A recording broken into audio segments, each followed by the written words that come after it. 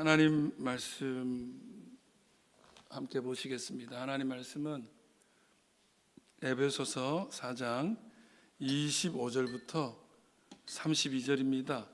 에베소서 4장 25절부터 32절 한 절씩 교독하시겠습니다. 그런즉 거짓을 버리고 각각 그 이웃과 더불어 참된 것을 말하라.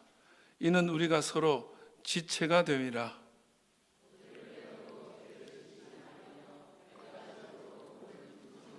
마귀에게 틈을 주지 말라.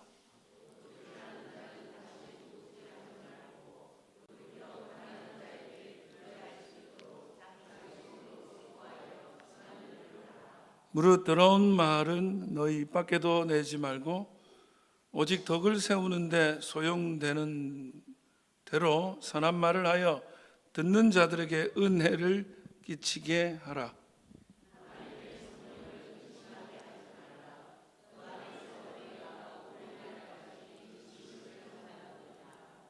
너희는 모든 악독과 노함과 분냉과 떠드는 것과 비방하는 것을 모든 악의와 함께 버리고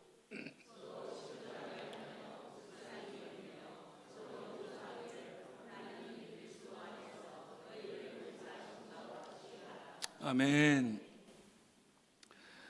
이 시간 이 말씀으로 성령님을 기쁘시게 사람을 기쁘게, 성령님을 기쁘시게 사람을 기쁘게라는 제목으로 하나님 말씀 함께 나누겠습니다. 할렐루야. 오늘 성령 강림절입니다. 저는 저와 여러분이 성령으로 충만해져서 성령님이 주시는 그 평강과 그 마음 가운데 넘치는 충만함이 오늘 임하기를 주의 이름으로 축원합니다. 왜 우리가 성령 강림절을 이렇게 의미 있게 여기는가? 기독교의 3대 절기라고 할 수 있는 것이 성탄절이에요. 그죠? 성탄절, 예수님 탄생, 그리고 부활절, 십자가 달려 죽으시고 사흘 만에 부활하신 그 예수님의 부활의 첫 열매가 되심이 모든 믿는 성도들에게는 큰 소망이기 때문에 부활절을 아주 큰 절기로 지키죠. 그러나 실은 교회사에서 가장 기독교 역사의 중요한 절기는 성령 강림절입니다. 성령 강림절은 어떤 의미냐? 여러분, 제자들이 예수님하고 3년을 다녀요. 그러면서 예수님 말씀을 듣잖아요. 여러분 생각해 보세요. 예수님과 3년 동행했어. 그러면 예수님 눈빛만 봐도 알 정도 되지 않겠어요? 근데 예수님 말씀만 한 게 아니라 기적도 막 일으키시는 거예요. 너무너무 은혜롭고 너무너무 신비로운 거예요. 그걸 직접 경험했는데도 예수님 십자가 달릴 때 제자들 다 도망가요. 예수님 옆에서 봤는데도 지식이 충만해졌어요. 그리고 경험이 충만해졌어요. 그런데도 결정적인 순간에 배신해요. 그래서 부활하신 예수님이 제자들을 찾아다니면서 다시 일으켜줘요. 심지어 예수님 부활한 거를 사도 베드로라든지 제자들이 알면서도 예수님이 부활하셨으니까 오히려 우리한테 실망을 했으니까 나 같은 사람 쓰겠나 하고 고기 잡으러 그냥 고향 가버려요. 예수님 거기 찾아가잖아요. 그러니까 부활을 경험해도 큰 변화가 없어, 제자들이.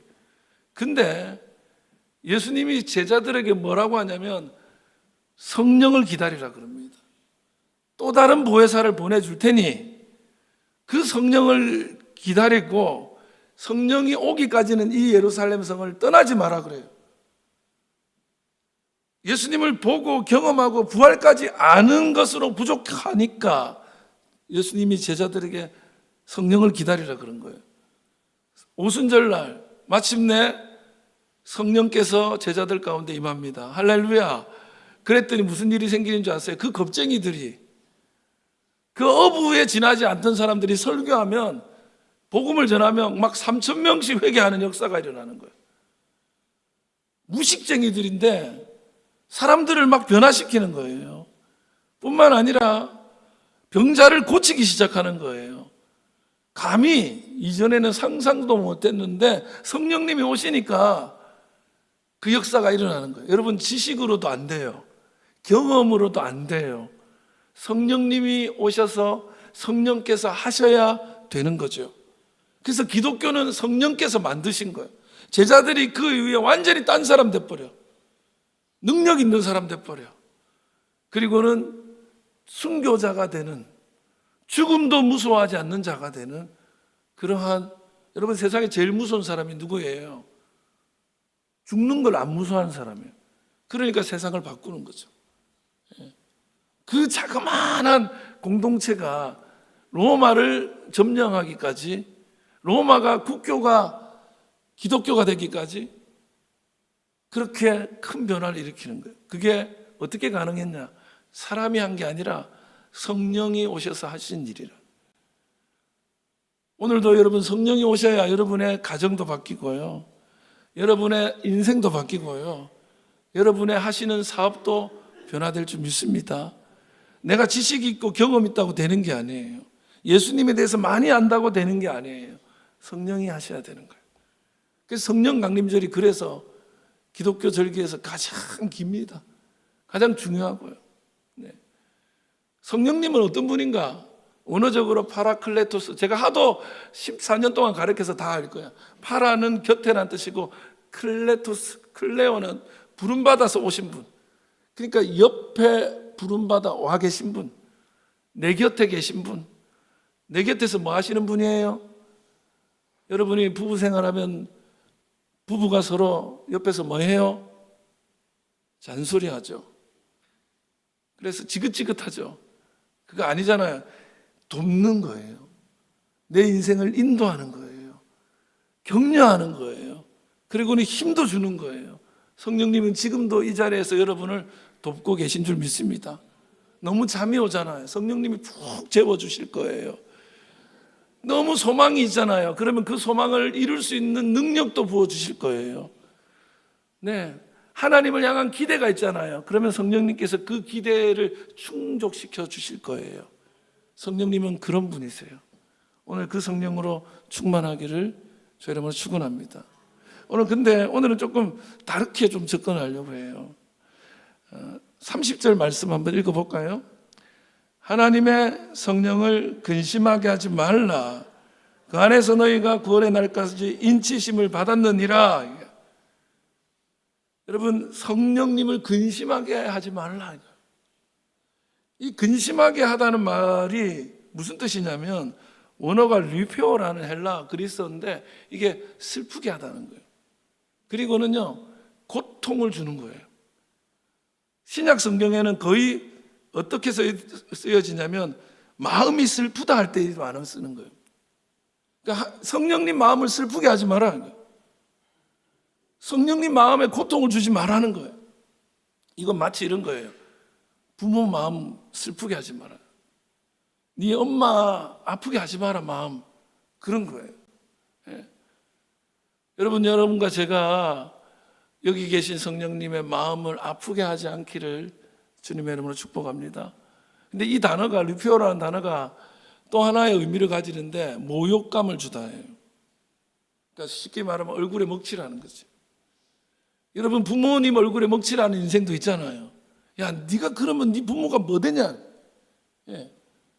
제가 한 번씩 이제 이 동네에서 목사잖아요. 그러니까 우리 교회가 좀 안 좋은 일이 있다 이러면 목사 얼굴이 고개 들기 힘들지만, 그 정도가 아니죠. 하나님 얼굴에 먹칠하는 거니까 잘해야 되는 거예요, 교회는.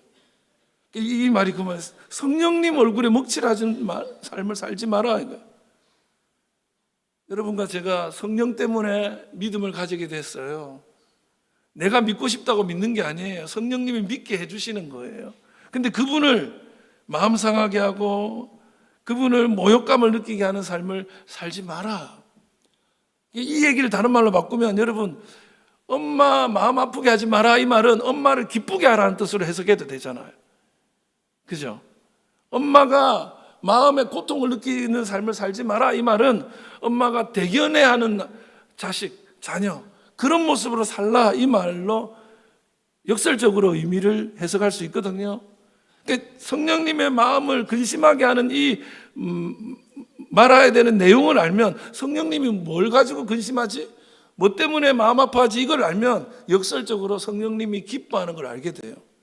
그래서 저는 오늘 여러분이 성령님이 가장 싫어하는 것들을 알면서 동시에 성령님이 기뻐하는 것을 알게 되기를 주의 이름으로 축원합니다. 그래서 제목이 성령님을 기쁘시게 해요. 근데 놀라운 건 뭐냐면 성령님이 기뻐하는 거는 사람들도 기뻐하는 거예요. 성령님만 기뻐하는 거 아니에요. 성령님은 사람들은 다 싫어하는데 혼자 좋아하는 분이 아니에요. 성령님이 기쁘시게 되려면 이미 사람들도 기뻐져. 그래서 제목이 사람을 기쁘게 해요. 성령님을 기쁘시게, 사람을 기쁘게. 혹시 이거 어디서 들어본 적 있습니까? 하나님을 기쁘시게, 사람을 기쁘게. 못 들어보셨어요? 알로에 마임의 회사 캐치프레이즈예요. 이 알로에 마임을 만든 여사님이 그냥 진짜 화장품 아줌마 같은 분이에요. 이분이 하나님을 기쁘시게, 사람을 기쁘게 하는 화장품을 만들어야지 이런 마음으로 이 장사를 하고 막 개발을 해서 지금의 기업을 만들어낸 거예요. 사람을 기쁘게 하기 이전에 성령님을, 하나님을 기쁘시게 하니까 사람들은 당연히 기뻐지더라는 거죠. 지금도 그 회사는 하나님을 기쁘시게, 사람을 기쁘게. 제가 그거를 조금 차용했어요. 성령님을 기쁘시게, 사람을 기쁘게. 여러분, 성령님이 기쁘고 사람이 기뻐지면 여러분의 삶에 변화가 일어날 줄 믿습니다. 알로에 마임이 성공했듯이 여러분의 인생도 성공하게 될 줄 믿습니다. 그래서 성령님 뭘 싫어하는지, 반대로 뭘 좋아하는지를 깨닫고 그 성령의 역사가 내 안에서 계속해서 기뻐하면 성령님이 더 충만히 임해 주세요. 성령님이 더 내게 충만하게 임하면 나는 더 큰 기쁨을 드릴 수 있게 돼요. 그래서 오늘 몇 가지를 좀 나누려고 해요. 성령님이 싫어하는 거, 반면에 성령님이 기뻐하는 거. 그럼 어떻게 해야 되느냐? 첫 번째, 참된 것을 말할 수 있기를 바랍니다. 여러분, 참된 말씀을 하십시오. 거짓말 하지 말라는 얘기죠. 우리 지난주에 부모님을 공경하라, 그거가 힘든 사람에게, 나는 엄마 아빠한테 상처받아가지고 엄마를 공경하는 게 힘들어, 그 얘기할 때 십계명 얘기를 좀 했잖아요. 십계명의 계명들이 안 지켜지면 세상은 무슨 일이 일어나는지, 거짓말 하지 말라가 십계명에 나오는데 이 거짓말을 하는 세상이 돼버리면 여러분, 어떤 것도 믿을 수 없는 불신 가득한 그런 세상이 돼버려요. 서로를 속이는. 네. 여러분, 진실한 말을 할 수 있기를, 참된 말을 할 수 있기를, 거짓을 벗어나기를 주의 이름으로 축원합니다. 자, 25절이에요. 같이 시작. 그런즉 거짓을 버리고 각각 이웃과 더불어 참된 것을 말하라. 이는 우리가 서로 지체가 됩니다. 거짓을 버리고 참된 것을 말하라. 그러니까 버리기만 하면 되는 게 아니에요. 여러분, 거짓말을 잠깐 안 했다고 해서 되는 게 아니야. 참된 것을 하기 시작해야 거짓말이 떠나요. 참말을 하시기 바랍니다. 여러분, 성령이 근심하는 것은 뭐냐면 우리가 성령의 반대편에 있는 악의 영에게 사로잡히는 거예요. 성경의 요한복음에 의하면 마귀, 소위 사탄이라고 하잖아요. 사탄은 누구냐? 거짓의 아버지다 이거예요. 거짓말의 시작은 사탄으로부터 오는 거예요. 내가 거짓말을 하는 거는, 거짓을 말하는 거는, 이간질을 하는 거는 그거 다 마귀의 장난이라는 거예요. 그리고 거짓말을 하면서 관계는 깨지고, 거짓말을 하면서 불신이 일어나고, 거짓말은 교회 공동체를 깨트리는 데 있어서 가장 강력한 역할을 할 수 있는 것이 거짓말입니다. 근데 여러분, 성령님은 반면에 진리의 영이십니다. 진실의 영이십니다. 참되신 분이에요. 성령님이 악의 수하들이나 하는 거짓말을 하는 것을 기뻐할 리가 없잖아요. 내가 거짓말을 하지 않는 만큼, 내가 거짓말을 하지 않는 만큼, 참된 말을 하는 만큼 거짓은 떠나는 거예요. 반면에 내가 거짓말을 하는 만큼 성령의 자리가 빼앗기는 거예요. 여러분, 진리의 영이신 성령님을 기쁘게 하시기 위하여 거짓말을 중단하시고 참된 말을 하시기를 주의 이름으로 축원합니다. 제가 이렇게 얘기하면 누가 얼마나 거짓말을 하기에 그러십니까? 그러는데 여러분, 실은 우리가 얼마나 거짓말을 많이 하는지 몰라요.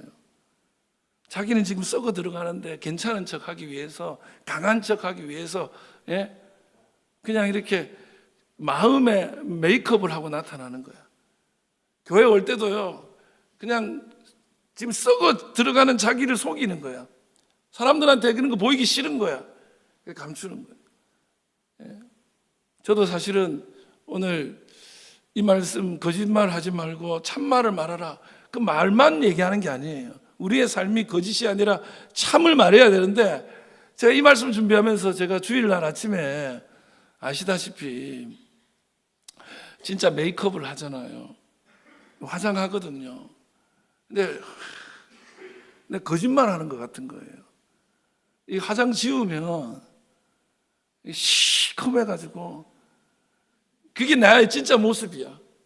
근데 괜찮게 보이려고 막 숨기는 거야. 화장하는 거야.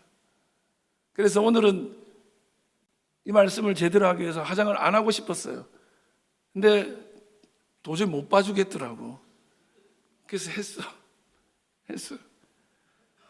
여러분, 진실된 자신을 나타낼 수 있기를 주의 이름으로 축원합니다. 그게 성령님이 하시는 거예요. 아라비아 격언에 이런 게 있어요. 만일 누군가에 대해서 말하고 싶은 마음이 생기면 세 개의 문을 통과하라는 거예요. 다른 사람 누군가에 대해서 말을 하고 싶어졌어. 그러면 세 가지의 문을 통과해. 첫 번째 문은 뭐냐면 사실의 문이야. 진실의 문이야. 이 말이 사실인가? 남에 대해서 얘기하고 싶으면 그 말이 사실인지부터 점검하라는 거예요. 사실 맞아. 그럼 그 다음 두 번째 문은 뭐냐면 필요의 문이에요. 이 필요의 문은 뭐냐면 사실은 사실인데 이 말이 필요한 말인가? 쓸데없는 말을 하지 말라는 거예요. 세 번째는 뭐냐면 유익의 문이에요. 사실도 맞고 필요한데 과연 이것이 나에게, 그 사람에게, 교회에게, 공동체에게 유익을 주는 것인가? 그게 아니라면 하지 말라는 거예요. 아라비아 속담에. 여러분, 그렇습니다. 우리가 사람에 대해서 얘기할 때 있잖아요. 너무 쉽게 얘기하잖아요. 근데 그게 사실이 아닐 때도 많고요. 사실이지만 그 말 때문에 내가 거짓말했어? 있는 대로 말했잖아. 그것 때문에 관계가 깨지고 미움이 싹트고 교회는 분열되고 그렇게 되는 거 아니에요?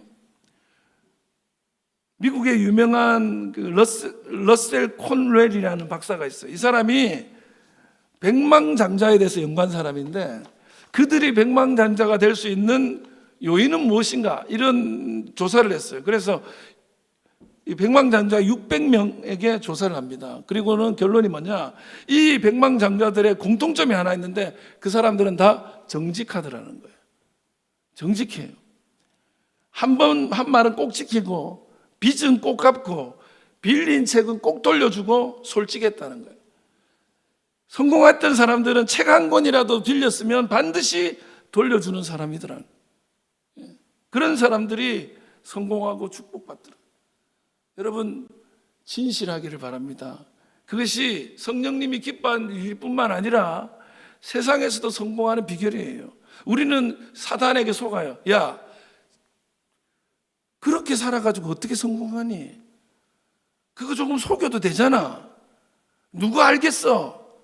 세금 그런 거는 뭐 다 그렇게 하는 건데 그거 좀 속여도 얼마든지 돼. 아니야, 그렇게 해야 오히려 성공해. 근데 여러분, 진실한 사람이 오히려 성공합니다. 사단에게 속지 마십시오. 거짓말도 병이거든요. 거짓말도 자꾸 하면은 그거 병이에요. 어떤 사람들이 있는 줄 아세요? 거짓말을 위기의 탈출 도구로. 그러니까 자기 보호 본능이야. 마치 카멜레온이 위기 때 색깔을 바꾸듯이 살아남으려고, 위기를 극복하려고 거짓말하는 사람들이 있어요. 또 어떤 케이스가 있냐면 습관적으로 그냥 거짓말하는 사람이 있어요. 여러분 이런 사람 보셨어요? 저는요 너무 많이 봤어요. 누가 봐도 거짓말인 줄 아는 거짓말도 서슴없이 합니다. 이게 거짓의 영역에 사로잡혀 있어서 그래요. 그리고 세 번째 케이스는 뭐냐면 이건 진짜 병인데 거짓말을 하는 자기가 이 거짓말을 진짜라고 믿어요. 거짓말인데 진짜라고 자기가 믿어버려. 병인 거죠. 예. 여러분 내가 살기 위해서 어쩔 수 없이 거짓으로 속이고 감추고 드러내지 않아야 산다라고 말하는 것은 사단의 음성입니다. 너의 진실된 모습, 너의 가식 없는 모습, 너의 진짜의 모습으로도 얼마든지 승리할 수 있고 사랑받을 수 있고 성공할 수 있다는 것이 하나님의 음성입니다. 인간들이 죄를 짓고 제일 먼저 한 일이 뭐예요? 자기를 감추는 거예요. 거짓은 죄가 불러온 방어 기제인 거예요. 여러분 진실을 말할 수 있기를 주의 이름으로 축원합니다. 두 번째 뭐냐면 이걸 조금 생각하셔야 될 텐데 용서의 마음을 품으라는 거예요. 용서하십시오. 오늘 저는 여러분이 용서할 수 있기를 주님의 이름으로 축복합니다. 우리 마음 안에 있는 그 성령님을 기쁘시게 할 만한 것의 최고의 장벽이 뭐냐? 성령님이 기뻐할 만한 것들로 내가 성숙되는 일에 있어서 최고의 장벽이 뭐냐? 분노입니다. 분노. 분노가 우리 안에 자리하기 시작하면 성령님이 기뻐하지 않는 일을 서슴없이 하게 됩니다. 여러분 오랫동안 교회 나와도요 어린아이 같이 행동하는 사람들의 특징이 있어요. 그게 뭐예요? 어린아이의 특징이 뭐예요? 시도 때도 없이 감정을 폭발시키는 거예요. 기쁘면 기쁘다고 폭발하고 화나면 화나는 대로 그 감정을 폭발시키는 사람들이 있죠.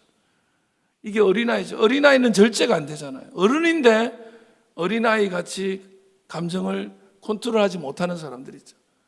신앙인인데 내 안에 있는 감정을 컨트롤하지 못하고 절제하지 못하고 그 감정에 눌려 사는 사람들이 많이 있습니다. 내 안에 분노가 자리하기 시작하면 어떻게 돼요? 마귀가 그 틈에 찾아옵니다. 그래서 27절에 뭐라고 나오냐면 마귀에게 틈을 주지 말라. 이 틈이라는 말은 무슨 뜻이에요? 원어에는 엄청 그 뉘앙스가 뭐냐면 방을 내주지 말라는 거예요.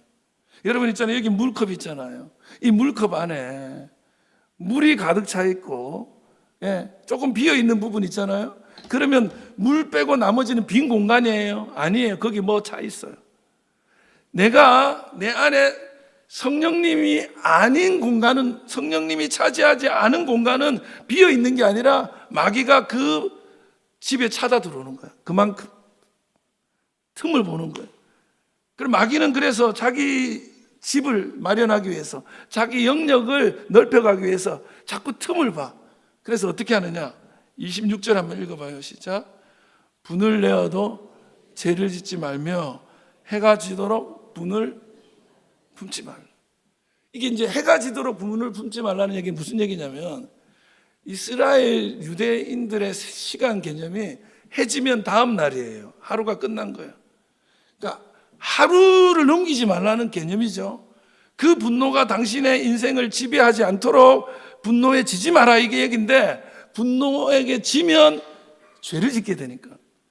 그럼 죄를 지으면 끊임없이 사단의 마귀의 틈이 넓어져 가게 됩니다. 그래서 일단 내가 분을 품고 화를 내기 시작하면 타인에게도 안 좋지만 자기에게도 안 좋아요. 그래서 톨스토이는 이런 얘기를 합니다. 분노는 타인에 대하여 유해하지만 그것은 당사자에게 더욱 유해하다. 자기에게 제일 안 좋다는 거예요. 왜? 다른 사람한테도 피해가 되지만 자기 안에 성령님의 공간은 사라지고 사단의 공간이 막 늘어나는. 그래서 악의 악순환을 일으키는 거예요. 끊임없이 분노를 만들어내요. 31절 읽어볼까요? 시작. 너희는 모든 악독과 노함과 분냉과 떠드는 것과 비방하는 것을 모든 악의와 함께 버리고, 여러분 버릴 수 있기를 바랍니다. 근데 이게 버리는 게 능력이에요. 여러분 안에 있는 분노를 버리게 해 주시옵소서. 기도하세요. 사람에 대한 악의와 노함을 버릴 수 있도록 성령님이 역사하기를 주님의 이름으로 축원합니다. 근데 그러려면 이 분노의 사슬, 이 악독과 노함과 분노의 이 사슬을 끊어내기 위해서 우리가 뭘 해야 되냐? 용서라는 거예요. 32절 읽어볼게요. 시작. 서로 친절하게 하며 불쌍히 여기며 서로 용서하기를 하나님이 그리스도 안에서 너희를 용서하심과 같이 하라. 용서하기를 용서하심 같이 하라. 같이 한번 할까요? 용서하기를 용서하심과 같이 하라. 무슨 얘기냐면 용서가 힘든 사람들 있잖아요. 너무 내가 어떻게 용서를 해요? 내가 너무 그 사람한테 당한 게 있는데 어떻게 용서를 해요? 그런 사람 많거든요. 그런 사람들은 내가 받은 주님의 용서하심을 묵상해 보라는 거예요. 여러분, 우리 주님이 저와 여러분을 용서하신 줄 저는 믿습니다. 그것도 그 용서를 위해서 예수님이 십자가에 달려 죽으면서까지 우리의 죄를 용서해 주셨어요. 나는 용서받았는데, 나는 죽으면서까지 살려낸 용서함의 은혜가 내 안에 있는데 나도 그 용서를 해야 되지 않냐는 거예요. 그래서 이 원어에 용서하다는 말이 카리조마이거든요.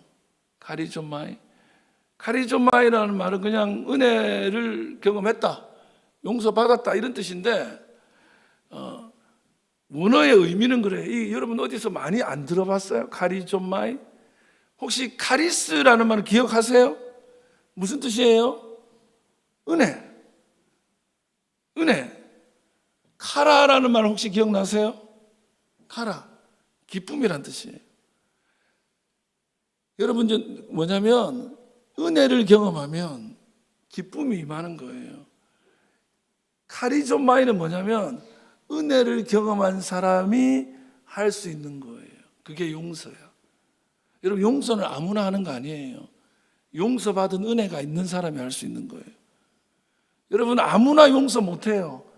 주님의 은혜를 경험하고 그 용서받은 은혜의 기쁨이 내 안에 충만한 사람이 용서할 수 있거든요. 성령님이 뭘 기뻐합니까? 저와 여러분이 받은 용서하심을 기억하고 그 은혜에 충만해서 나도 용서할 수 있는 사람이 되는 것을 기뻐하시는 거예요. 그래서 오늘 저는 여러분이 성령님의 은혜로 누군가를 용서할 수 있는 날이 되기를 주의 이름으로 축원합니다. 존 칼린이 쓴 인빅터스라는 책이 있어요. 이 책으로 영화를 만들어서 아주 감동 있는 영화거든요. 한번 보시면 좋겠는데, 이 실화를 바탕으로 한 건데, 여러분 넬슨 만델라에 관련된 스토리입니다. 남아프리카 공화국이잖아요. 남아공. 이 남아프리카 공화국은 대부분이 흑인이고 한 2, 3%, 많게는 5%가 백인이거든요. 그 5% 백인이 95%의 흑인을 지배하는 거예요. 그래서 아주 인종차별이 심한 나라였는데, 이 나라의 국기, 스포츠, 우리는 태권도, 축구 뭐 그러겠는데 여기는 럭비예요. 그러니까 남아공은 럭비를 엄청 좋아하는데 이게 뭐냐면 백인들만의 스포츠가 돼 있는 거예요. 오랫동안 백인들만 국가대표가 돼서 나가는 거예요. 그래서 우리나라는 그 축구팀을 붉은 전사 뭐 이렇게 부르잖아요. 여기는 뭐라고 부르냐면 스프링복스라고 불러. 이 럭비 국가대표팀을. 근데 전부 백인인 거야. 예. 그리고 그들이 입는 옷이 있어요. 유니폼. 그래서 우리는 빨간색, 파란색 유니폼인데 여기는 그 옷이 있는데 그 옷을 입으면 이 인종차별의 상징처럼 국가대표 옷이 딱 여겨지는 거예요. 그래서 만약에 이 남아공이랑 다른 나라랑 럭비 국제 경기를 하잖아요. 그럼 우리나라 같으면 우리 편 응원할 건데 남아공의 대부분의 흑인들이 상대편을 응원하는 거예요. 상대편을. 너무너무 저 사람들이 싫은 거예요. 근데 이 상황에 어떤 일이 있었습니까? 여러분 잘 아시는 이 넬슨 만델라가 흑인들의 인권을 위해서 애쓰다가 너무너무 박해받고, 예, 정치적으로 억압을 받아서 27년 동안 감옥 생활하거든요. 근데 만델라가 풀려났어요. 풀려난 정도가 아니라 대통령 선거에서 넬슨 만델라가 대통령이 됩니다. 그래서 대통령이 되는 순간, 만델라가 대통령이 되는 순간 백인들은 공포에 들기 시작하는, 이제 피해 복수가 시작되겠구나. 그동안 자기들이 한 게 있으니까 전부 다 무슨 일이 일어날지 걱정하고, 세계도 막 언론 매체가 관심을 가지고 무슨 일이 일어날까, 이게 이제 피해 숙적이 시작되지 않겠나 했는데 그런 일이 안 일어나는 거예요. 그런데 대통령이 넬슨 만델라가 되고 얼마 후에 이 남아프리카 공화국이 럭비 월드컵에서 결승에 올라간 거예요. 남아공 이 럭비 팀이. 그래서 오스트레일리아와 결승전을 합니다. 당연히 흑인들은 여전히 이 자기네 팀인 스프링복스를 저주하는 거예요. 우승하는 걸 원하지 않는 거예요. 그런데 이 럭비 경기장에 시작하기 5분 전에 넬슨 만델라가 나타나요. 사람들이 깜짝 놀랍니다. 여기 왜 왔지? 뭘 하려고 여기 왔을까? 근데 더 놀라운 거는 이 넬슨 만델라가 스프링복스의 유니폼을 입고 나타난 거예요. 그 옷을 입고 온 거예요. 이 유니폼을 입은 것은 세계와 남아공에 사인을 주는 거죠. 우리가 니네를 용서한다는 거. 그러면서 남아프리카 공화국 국가대표 선수들 한 사람 한 사람 악수하기 위해서 가서 손을 먼저 내밉니다. 백인 선수가 정말 주저주저하면서 만델라의 손을 잡습니다. 그 수많은 관중들이 일시에 숨도 쉬지 않을 정도로 조용해집니다. 침묵이 약 5분 동안 흐르고는 누군가 한 명이 만델라 하고 외치기 시작합니다. 사람들이 외치면 만델라, 만델라, 만델라 하면서 그 경기장이 이제는 화합과 평화의 도가니가 되기 시작합니다. 그 일이 있은 후 남아프리카 공화국은 진정으로 흑인, 백인 할 것 없이 하나의 나라가 되어지게 된 거죠. 만델라가 한 일은 별로 커 보이지 않는 일입니다. 유니폼, 그리고 먼저 손 내미는 거. 근데 그 작은 모습이 이 저자 존 칼리는 이렇게 표현합니다. 만델라는 자신의 관용과 용서를 드러내는 이 조용한 상징적 행동으로 남아프리카 공화국을 새로운 나라로 만들었다. 여러분, 여러분의 가정을, 여러분의 인생을, 여러분의 공동체를 새로운 곳으로 만들 수 있기를 바랍니다. 그러려면 여러분이 손 내미세요. 여러분이 용서하세요. 저는 사실 우리 교우들이 어떤 기도의 제목을 가지고 있는지 다 알거든요. 근데 그 중에 어떤 용서가 되지 않는 대상에 대한 기도도 있는 것도 알아요. 어떤 원망이 있는 것도 압니다. 여러분, 성령님이 오시면 제일 먼저 하는 일이 용서하게 합니다. 남편을 용서하고요, 아내를 용서하고요, 아빠를 용서하세요.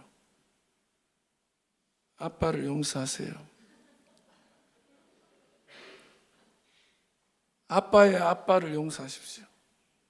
내가 용서를 시작할 때 용서가 그 가정을 살려놓을 것입니다. 내가 용서하지 못하면 내 아들도 용서하지 않을 것이고 그 아들의 아들도 용서하지 않을 겁니다. 여러분, 여러분이 천국을 시작하십시오.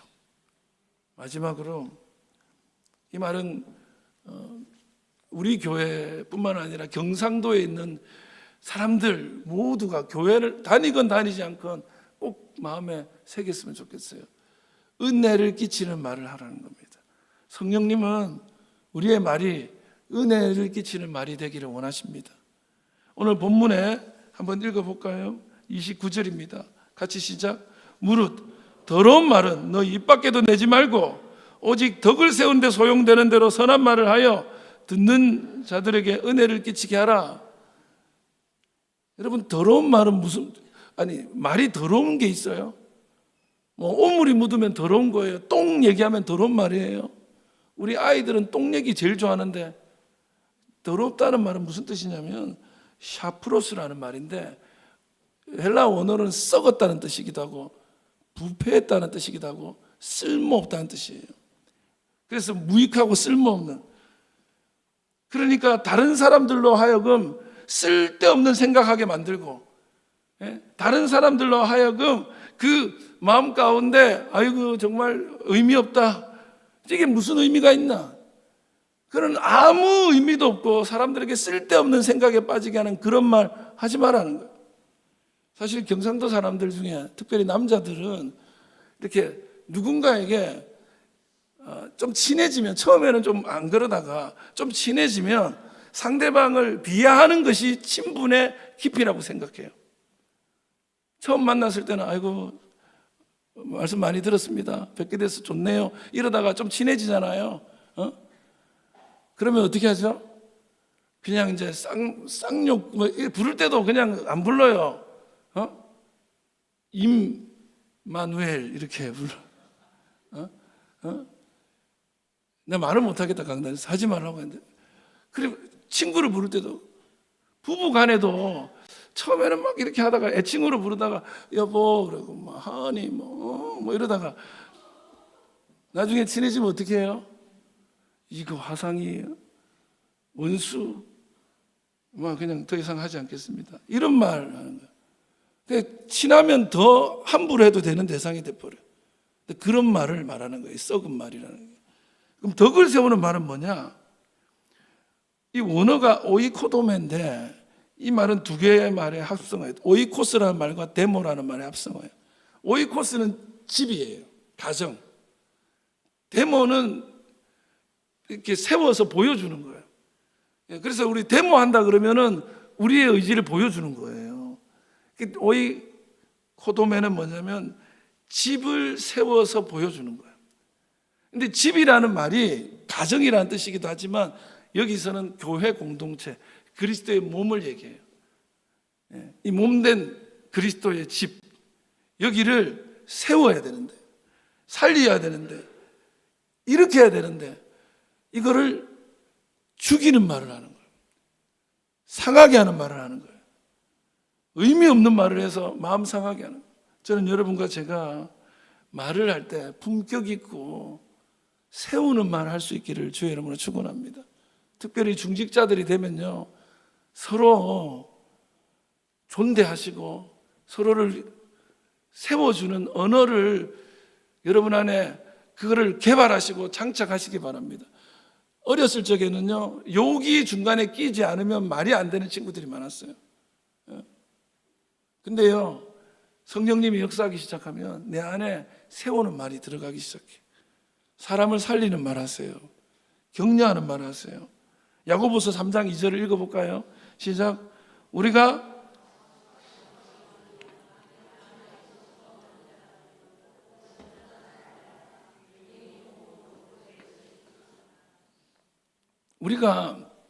말에 실수가 없으면 온전한 사람이라. 그만큼 말에 실수 안 한다는 건 어려운 일이에요. 그래서 여러분, 저는 여러분이 꼭 기억하셨으면 좋겠어요. 차라리 이 말로 사람에게 상처 주고, 이 말로 그 사람이 세움받고 세워지고 자라게 되는 말이 아니라면 차라리 하지 말라. 썩은 농담 하지 마세요. 조금 친해지면 진짜 썩은 농담이에요. 농담도 농담 같지도 않은 농담을 농담이라고 해요. 유대인 속담에 이런 말이 있습니다. 말이 입 안에 있을 때는 내가 말을 지배하지만 말이 입 밖에 나오면 말이 나를 지배한다. 여러분, 한번 말하고 나면 그 말 가지고 그 사람이 그렇게 말했다 이러면서 말을 가지고 평가받기 시작합니다. 제가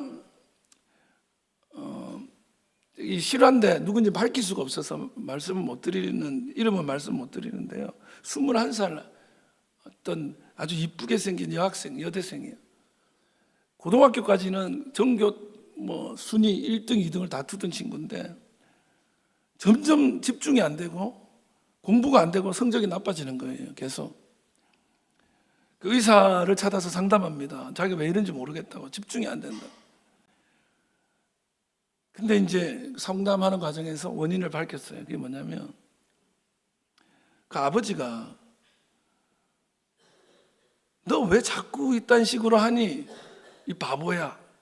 항상 무슨 말을 하고 끝에 이 바보야. 그것밖에 못하니 이 바보야. 그걸 한 거라고 한 거니 바보야. 말끝마다 바보야가 들어간 거예요. 이 아이가 자기는 그 말을 계속 들으면서 살아왔지만 이게 바보야가 쌓여가지고 어느 날 자기가 바보라는 생각을 하게 되는 거예요. 우리는 모르지만 우리 뇌세포의 98%가 말의 지배를 받는다는 거예요. 말을 어떻게 하느냐에 따라서 뇌가 작동하는데 소리를 들으니까 생각과 말 속에 나는 바본데 뭘 하겠어 이렇게 되는 거예요. 그래서 그 아버지가 생각 없이 끊임없이 했던 그 말이 이 여학생의 인생을 이렇게 비틀어 놓은 거예요. 여러분, 부모가 자식에게 의미 없는 말 하지 마세요. 집을 짓는, 인생의 집을 짓고 살리는 말을 하시기를 주의 이름으로 축원합니다. 교회 성도들 간에도 좋은 말 하세요. 집사님들끼리 이름 부르지 마세요. 그냥 뭐 정자야, 정자 있나? 우리 교회 없는 이름 말하기 힘들어. 광자야, 그러지만 광자 집사님 그래요. 예? 권사님 그래요. 그러면 내가 비록 연약한 광자로 살아왔지만 주님이 집사로 부르신 그것이 이 사람을 살리기 시작하는 거예요. 예. 말씀 마치려고 합니다. 리고레 목사님이 그런 얘기를 해요. 하나님은 이 땅을 사랑하는 백성들에게 그리고 교회를 향해서 파도를 보내주는데 이 파도는 성령의 파도예요. 이 성령의 파도를 몸으로 느끼기를 원하고 계신 거예요. 성령의 파도를 타기를 원하시는 거예요. 그래서 계속 보내주는 거예요. 교회를 몇 년 다닌 거 안 중요하고 성경을 몇 번 읽었는지 안 중요하고 직분이 뭔지 안 중요하고 기도를 얼마나 했는지 안 중요해요. 지금 성령의 인도를 받느냐, 지금 성령을 기쁘시게 하고 있느냐, 그 파도를 타고 가느냐, 아니면 파도를 역행하면서 지금 성령님을 근심케 하느냐, 이것이 가장 중요하다. 여러분 인생에 불어오는 성령의 파도, 이 파도의 음성을 들으시기를 주의 이름으로 축원합니다. 그 파도를 타면 여러분 인생은 목적하는 항구까지 파도와 바람이 밀어줄 거예요. 그러나 성령의 바람에 역행하면 성령님만 슬퍼하는 것이 아니라 사람들도 나에게서 떠날 거예요. 사람에게 함부로 말해보세요. 옆에 누가 있는가? 사람에게 거짓말만 해보세요. 내 옆에 누가 있는가? 사람에게 용서하지 못하고 늘 그 사람을 화와 분노로 다스려 보십시오. 누가 내 옆에 있는가? 성령을 기쁘시게 하는 삶이 여러분을 사람답게 살게 할 줄 저는 믿습니다. 기도하겠습니다.